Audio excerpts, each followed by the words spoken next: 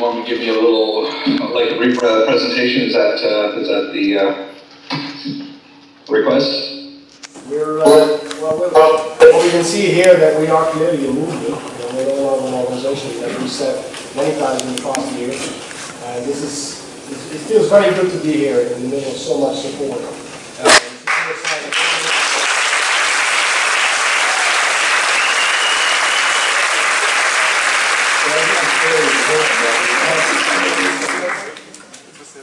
Are you translating them? I won't be translating you. Everybody can understand English. I think it's very important that we have become a movement because, you know, the Japanese, for instance, thought that by getting rid of me, that they would get rid of Sea Shepherd, and that's proven not to be the case. Sea Shepherd has actually become stronger. It's an interesting situation they put me in. You know that nobody in the history of Interpol has ever been listed on the red list for the charge of trespassing. In fact, my charge is conspiracy to trespass. This is a list that they put serial killers on and war criminals. And yet our so-called crime was interfering with an illegal whaling operation in the Southern Ocean. And specifically what the crime is that after destroying this vessel called the Adi-Gil, the captain of that vessel boarded the Japanese vessel to confront them, and they arrested him and charged him with trespassing. And then he has said that I ordered him to board, and I was charged with conspiracy to trespass. So here's the situation. They destroy a ship, and then they charge us with trespassing. I mean, it's completely ludicrous. Now, I have to say, and no reflection on Germany or the German people, the German government's bloody corrupt, if you ask me, because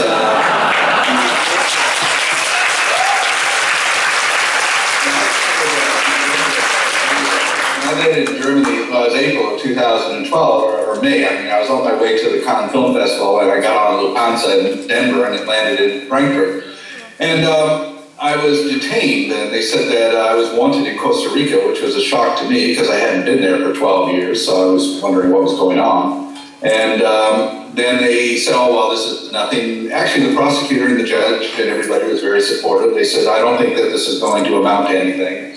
And then I found that I was being held under house arrest, and then after 2 months of being held under house arrest, I was informed by a supporter in the German Ministry of Justice that on the next couple of days I would be sent to Japan without any reason. Now, it was really a mystery because everybody seemed very supportive except for the Justice Minister of Germany, who didn't want to hear any ifs, ands, or buts. She was going to send me to Japan. The problem is that going to Japan, I knew that I would never leave there, so I had no choice but to leave. I actually wasn't on the Interpol list until I left Germany, and it was the German government that put me on the Interpol list because they didn't take Japan and Costa Rica seriously, but they took the German government seriously. So that ended up with me being at sea in exile for 17 months, and then finally I was allowed back into the US, and now I'm allowed into France. I don't think I'm going to come to Germany, though, very soon. But anyway, that's just a brief explanation as to what happened. Why was the Costa Ricans after me? Because that charge came 1 week after the president of Costa Rica met with the prime minister of Japan, and they dug up an incident that was 10 years before, where we stopped a shark finning operation at the request of the Guatemalan government. And that charge is called reckless operation of a ship. Again, nobody gets on an Interpol list for reckless operation of a ship. So it's all very, very political. But the positive side of this is it has made us stronger because Sea Shepherd has stopped being an organization, has become a global movement, and Alex is now in charge of coordinating that global movement.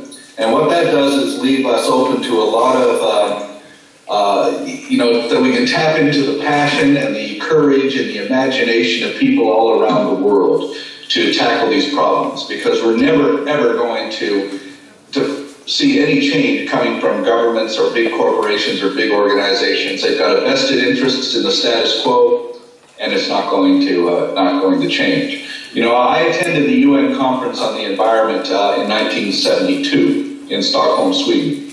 And the #1 issue on the agenda at that conference was out of control of human population growth and what are we going to do about it. 20 years later, I attended the UN Conference on the Environment in Rio de Janeiro, Brazil.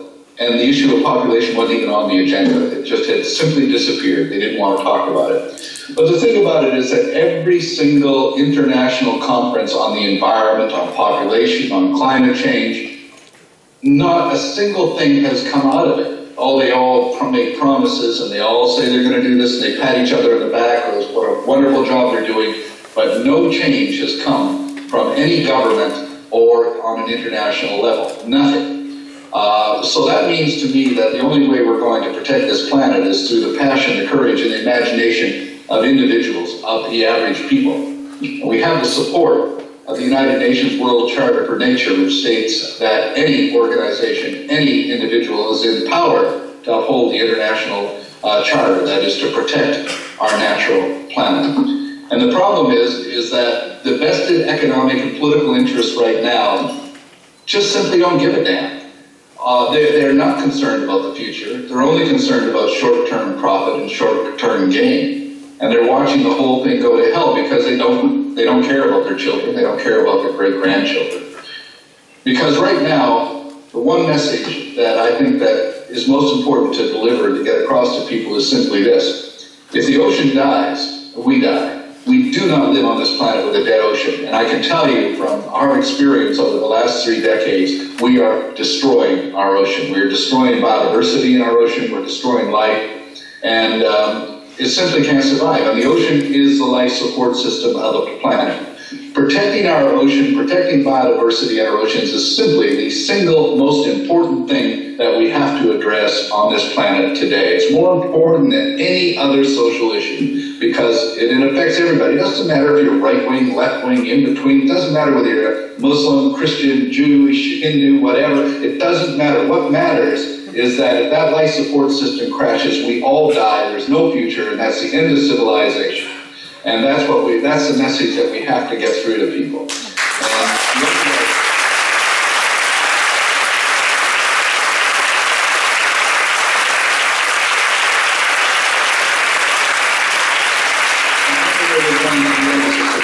Is to understand that that life support system on spaceship Earth, if it's going to be maintained, it has to be maintained by a crew of Earthlings. And human beings are not part of the crew. We're just a bunch of passengers having a great time entertaining ourselves. But what we're doing is killing off the crew. You know, the bacteria, the plankton, the fish, the worms, the insects. These are the crew members of that maintain the life support system of planet Earth, and we're destroying them. And the more crew members that die, the more weakened the whole system becomes. We have to understand that we're not the center of creation. We're not the center of our universe here. We're just part of it. And that we cannot live apart from all of those other species. The 3 basic laws of ecology. The first is the law of diversity, that the strength of an ecosystem is dependent upon diversity of species within it. The second is the law of interdependence, that all of those species are interdependent with each other. And the third is the law of finite resources, that there's a limit to growth, a limit to carrying capacity, and what we're doing right now is stealing the carrying capacity of other species, and they're going extinct so that we can profit by it. And it just has to end. A good example of how individuals can make a difference where governments fail is our recent campaign, well, our campaign which is happening right now in the Southern Ocean and in the Indian Ocean. For years, you know, nobody's been able to do, or simply has not done, is to stop illegal fishing in the Southern Ocean. And these vessels are going down there making millions of dollars taking Antarctic toothfish, Patagonia toothfish, which is marketed under the name in English of the Chilean sea bass. The fishermen call it white gold. And they're taking it out of the waters, the territorial waters of countries like Australia and New Zealand.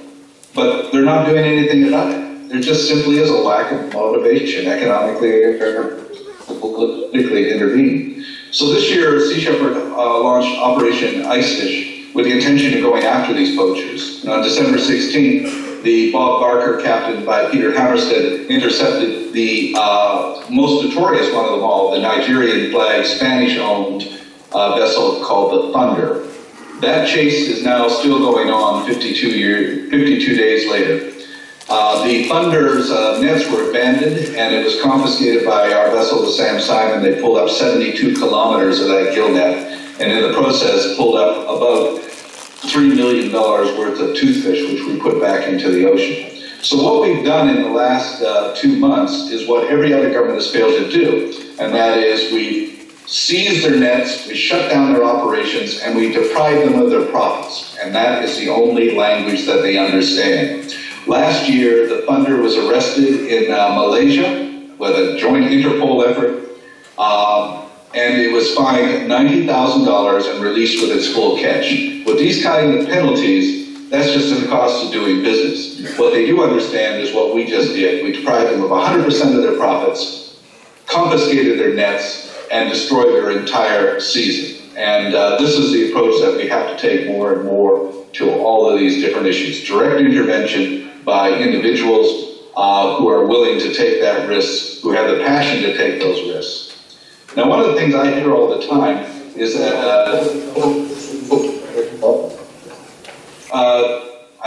we don't have the exact figures right now. I'm basing it on what I think that the catch was. Being a little conservative about it, but we certainly have cost millions. So I think that we can continue to do this. It's the only thing that's really going to make a difference.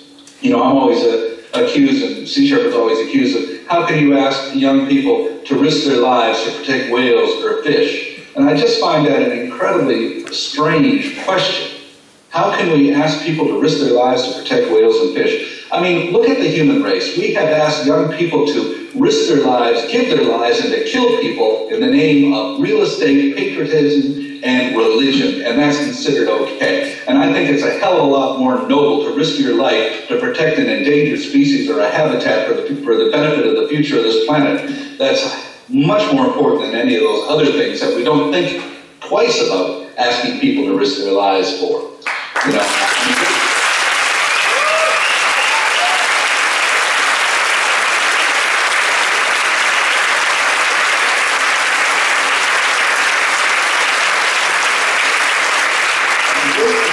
The wonderful thing about this movement, the entire movement, not just Sea Shepherd, is that we've never killed anybody. We've never injured anybody. It's an incredibly nonviolent movement. But we live in a world where it's okay if you kill, plunder, and destroy, as long as you're setting the rules and saying, oh, well, anybody who opposes us killing, plundering, and destroying are violent.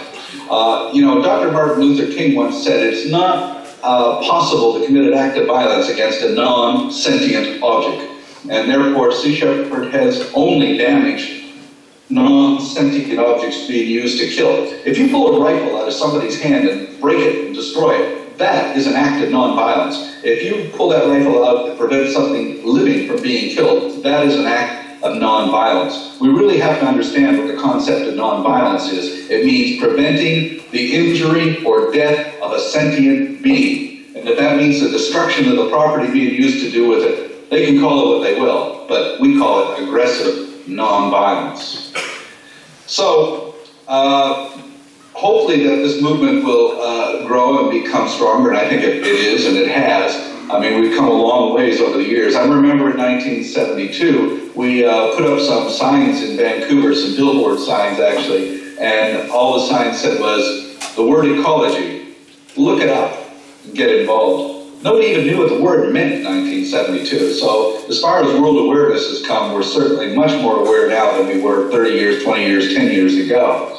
But the problem is trying to overcome an economic political system that represents major corporations and vested interests and simply doesn't give a damn about other species or about the future of our own species on this planet. It's that kind of sickness that we have to overcome, and that it's only going to be overcome through directing our passion, our imagination, and our courage into a movement that really, truly makes a difference, and I think we are making a difference.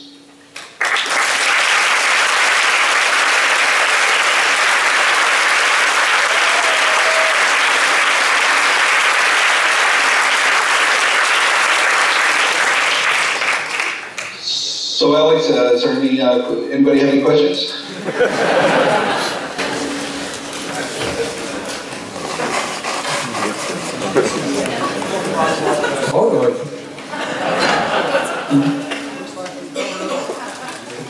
Weiß nicht, ob es noch mal eine No questions at all? Oh, Ein junger Mann da oben. Hat eine Frage? Hallo, wie ist dein Name? Hallo. My name is Tom. Hey, hey, Juan, my name is Tom. So I have one little question for you. Maybe, can I get a place on the ship next year?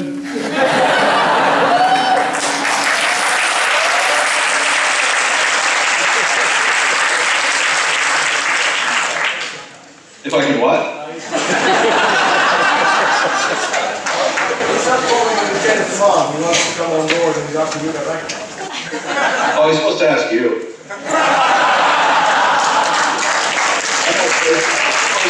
I'm not supposed to be directly involved. I should explain the situation legally to show you what kind of problem that we have. 2 years ago, the Japanese applied to the United States federal court to get an injunction to stop us interfering against their illegal whaling operations in the Southern Ocean. It's a very bizarre case. Judge Richard Jones, who happens to be Quincy Jones's brother of all things, he said, no, you can't come into my courtroom and with unclean hands, committing illegal activities, and expect me to give you an injunction. He denied the injunction.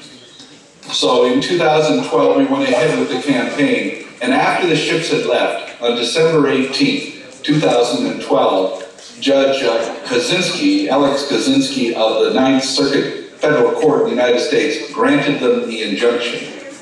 Sea Shepherd USA did everything they could to comply, and I had to resign from Sea Shepherd USA. All the directors had to pull back, and Sea Shepherd USA could not be involved. However, Sea Shepherd Global and through Australia led the campaign, and it was a successful campaign. But even though we weren't involved, the U.S. judges said that we were in contempt because Sea Shepherd was involved and we should have controlled them. And I had to tell them that we have no control because America does not rule the world yet. You know, so we shouldn't control it. So what happened is that it went to court, and we had a 10-day trial where Judge Peter Shaw ruled that we were not in contempt after hearing all of the evidence and acquitted us. That went back to the Ninth Circuit Court, and they overturned it. And Judge Kaczynski described Sea Shepherd and myself as enemies of humanity for interfering with the Japanese whaling operations, which have been declared illegal by the International Court of Justice. So this is the kind of legal perversion that we have to deal with all of the time. The fact is that the courts of the world are owned and manipulated by the people who are destroying this planet. And so we can't really expect any other difference. In 2011, we cut the nets of a poaching operation off of Libya and Maltese poaching operation and released 800 bluefin tuna into the wild. They were caught illegally. We were then charged in the British court by the owners of the poachers, and when we pointed out to the British government that these were poachers, they had illegally killed bluefin tuna, the British judge said, well, that's irrelevant, you destroyed their property by cutting their net. So again, they're more willing to represent the property of the poachers than they are to protect the planet. And one final thing, this vessel, the Thunder, that Bob Barker is still chasing, that Peter Hammerstedt is still chasing. It is owned by a company in Galicia, Spain, which has received about 6 million euros in subsidies from the European Union. So not only are they protecting in the courts, they're actually subsidizing these illegal operations through all these different subterfuges of companies and everything. The whole damn system is perverted and corrupt right to its very core. And that corruption is leading to the destruction of life on this planet. And the problem is that as long as politicians continue to represent corporations like Monsanto or Mitsubishi or Shell Oil or whatever, that's, you know, we're not going to really turn this around. We get called eco-terrorists all the time. My answer to that is that I am not an eco-terrorist. I never have worked for Monsanto or BP, and I never intend to. I'm not an eco-terrorist.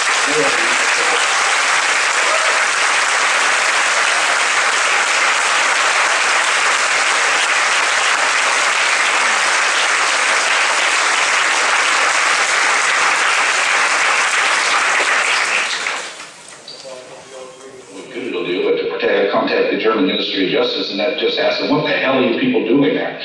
You know, why don't you go after some real criminals and stop, you know, playing, you know, giving favors to Japan? So obviously there's some trade deals going on that were in the mix.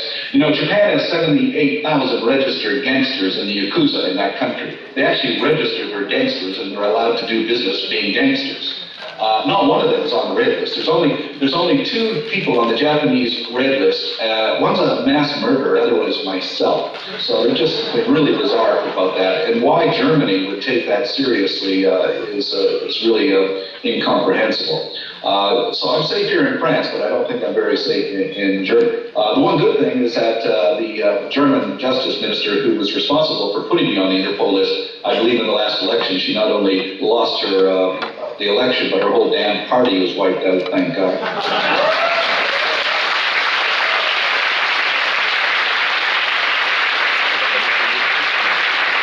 We have some really good captains. You know, there's Sid, like I mentioned, Peter on there. We also have Una Little from France, who's on the Martin machine. And of course, Alex is one of our great captains. And,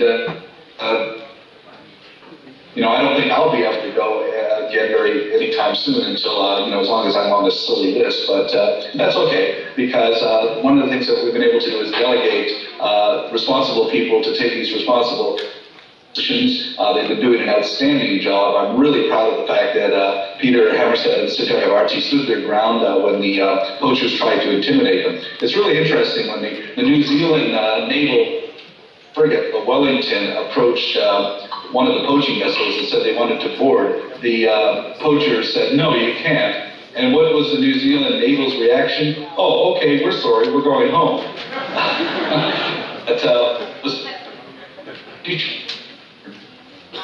But they began to run, and the chase is still on. So we're actually being taken far more seriously than the New Zealand and Australian navies. I'm a little disappointed, but for being founder of Sea Shepherd, I'm really impressed by the many people who have made it possible for this to become a movement. You know, something that might have started, but the fact is that the reason it's been successful is because of the incredible passion of everybody who's been involved around the globe in 30, 40, 50 different countries. This is what has made it into a movement. You know, people can start an organization and that's all well good, but unless it's embraced by people who have the imagination and passion to actually carry it forward, then it's not a movement at all. So really, you can actually say that one person is responsible for creating a movement. Maybe an organization, but a movement? No, that's something created by thousands and thousands of people, and that's certainly is the case with Sea Shepherd today.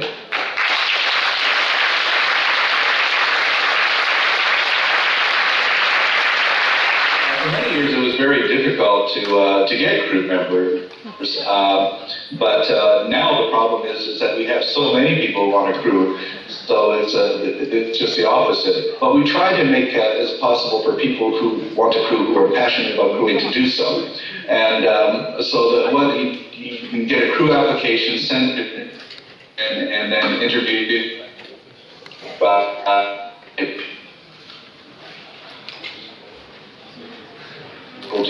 as far as joining the crew. We're looking for 2 things. We need people, of course, who have like expertise mechanically, navigation, cooking, medical, that kind of thing. But more importantly, we're looking for people who have the passion to make that kind of commitment. You know, back in 1911, Shackleton on his Antarctic campaign was criticized by the London Times because they said his crew were all amateurs and he had no professionals. And he said, I don't want professionals. I need people with the passion and the drive and the energy to get me where I need to go. And he says, professionals just get in the way. And this is what we found over the years with Sea Shepherd is that, we've actually accomplished more with amateurs and professionals than professionals have. When people say, oh, you guys don't know how to operate a ship, all I can say is that in 30 years, we've never ran aground, we've never had any major oil spills, we've never lost a ship, we've never lost a crew member. The Japanese whaling fleet, which are always saying, well, these guys are professionals, they've had 3 casualties, 2 catastrophic fires, and a major oil spill. I think that we have proven that our approach using passionate people has shown that we can be very successful doing that.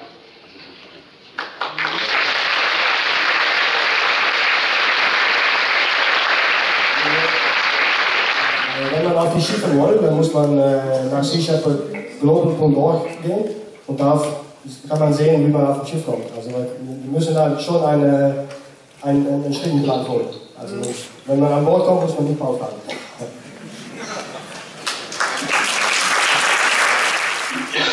You know, we get a lot of satisfaction out of intervening, and you know, you go down to the Southern Ocean, and because we've gone down there, hundreds and hundreds of whales are swimming and alive and free because of our intervention. Those are real results that we can, you know, can really feel some sort of a sense of a real achievement about for doing. So I think that one of the things that attracts a lot of people to Sea Shepherd is that fact that by getting involved, you can actually see the difference that you're making. This number of whales, this number of sharks, this number of turtles saved and protected, returned to the ocean, you know, like the turtles returning to the ocean because we stop them from their eggs from being taken by poachers. I think this is really gives a lot of encouragement to people, and that's why I think that we're attracting so many people, because we're not an organization that talks. We're not an organization that spends people's money on fundraising. We're an organization that does things, a movement that does things, and you can actually see these tangible results. Sea Shepherd is really unique, and I set it up, you know, I learned a lot of lessons when I was with Greenpeace, and that was one of the reasons that we've never over the years spent any real money on fundraising. You don't see our people out on the streets with clipboards asking for donations. We don't spend money on ads. We feel that if we're going to protect this planet, everybody has to get involved. And so we grow by word of mouth. And so therefore we don't waste people's money on going after more money. A lot of these big organizations spend 70–80% of everything they make raising, you know, to make more money. And then what happens is that they become a business, they become a corporation, a feel-good organization. You know, you join them to feel good because they're pretending that they're saving the planet. You know, what we're doing is really showing that there's results. And but I should say that it's not just Sea Shepherd. You know that there are 3 million small non-government organizations dealing with environmental conservation issues in the world. That is the strength of this movement, the environmental conservation movement. Those 3 million NGOs, and you haven't even heard of them. They're not the big names. They're just little groups in Guatemala or Ecuador or Brazil or South Africa or whatever. Little groups addressing issues in their own backyards and making a difference. And you know, when they talk all about how the environmental movement is extremist, in a report in the London Times and the New York Times last year showed that over the last 10 years, 920 environmentalists have been murdered. And nobody really gives it any idea. Most people are unaware about it. Nobody really cares, because these are all people who died defending little areas in their own communities, mostly in Brazil and in Africa and places like that. And these are the real heroes of the environmental conservation movement. And so this is I think there's a real virtue and a benefit to retaining, to being small and effective. And you lose that once you become a big super organization, which we never ever want to be.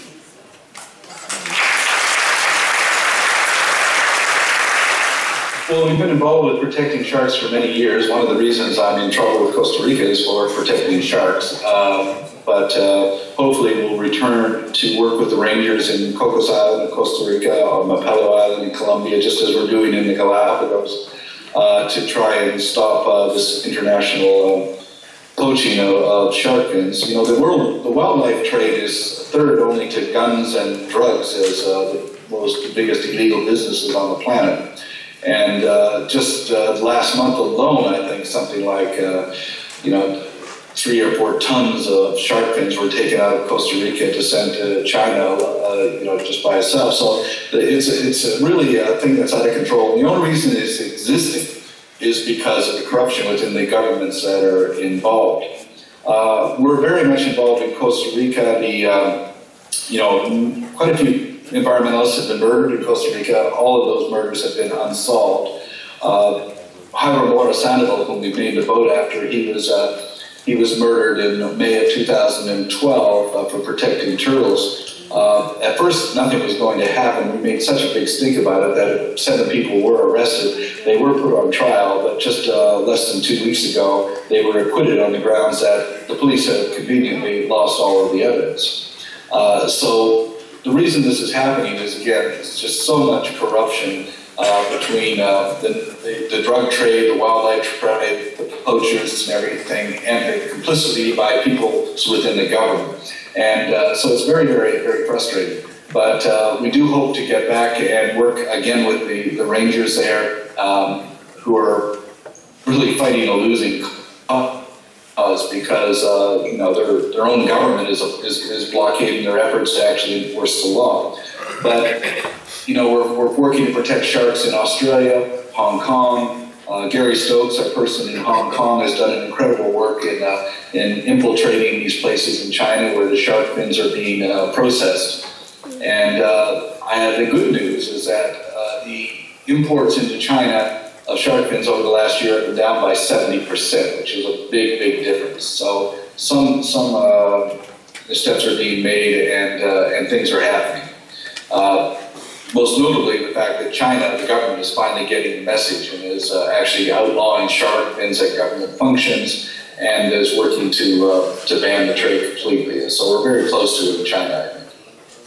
Well, I don't think whales are recovering at all. They're not just threatened by whaling. They're threatened by climate change, by acidification, by the fact that their food supplies are dwindling. One of the projects that Sea Shepherd is just beginning.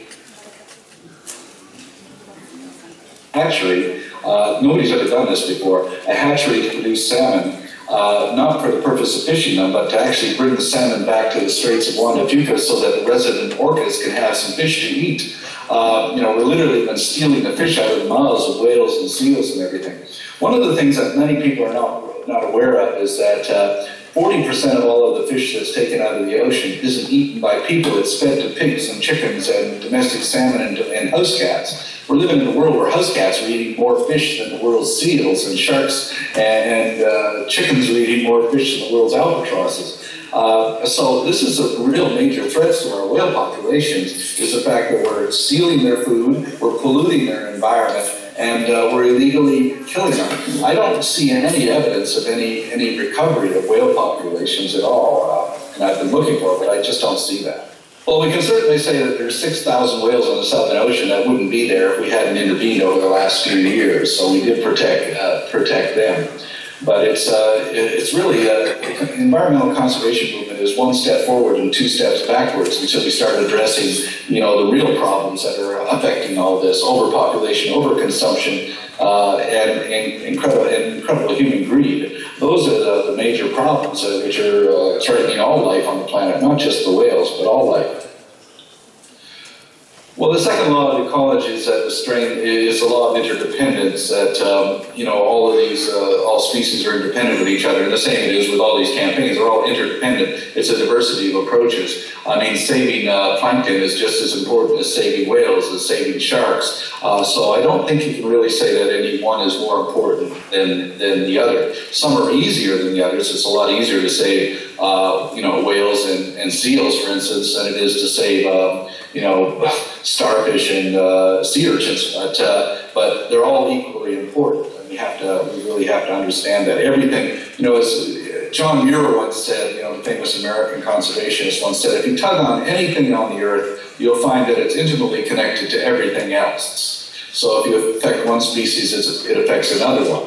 When I was severely criticized a couple of years ago by the Fox network in the United States, which was quite a compliment when they come out and attack on you.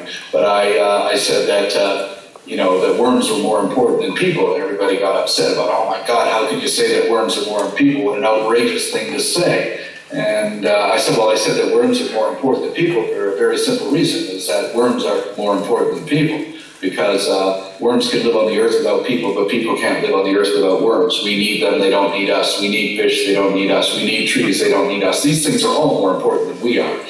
We're just so damn self-centered and conceited to think that we're the most important species on the planet. We're far from it, because without many of these species, we would cease to exist. Until we understand the importance of that interdependence between those species and our own survival, then we're simply not going to survive on this planet.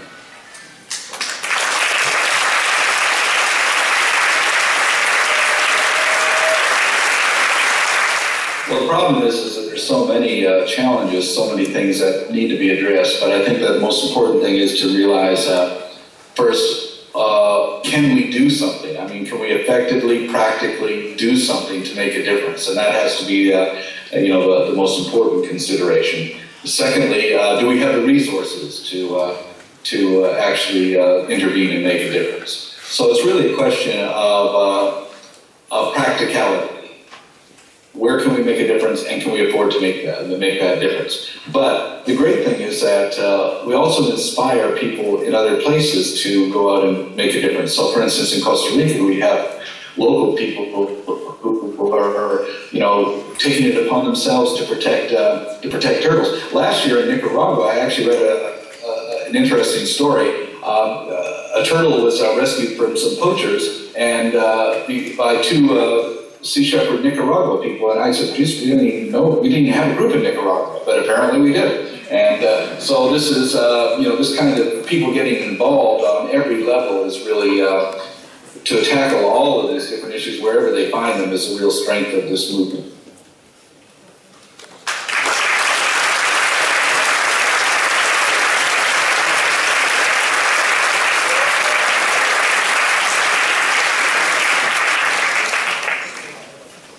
Thank you.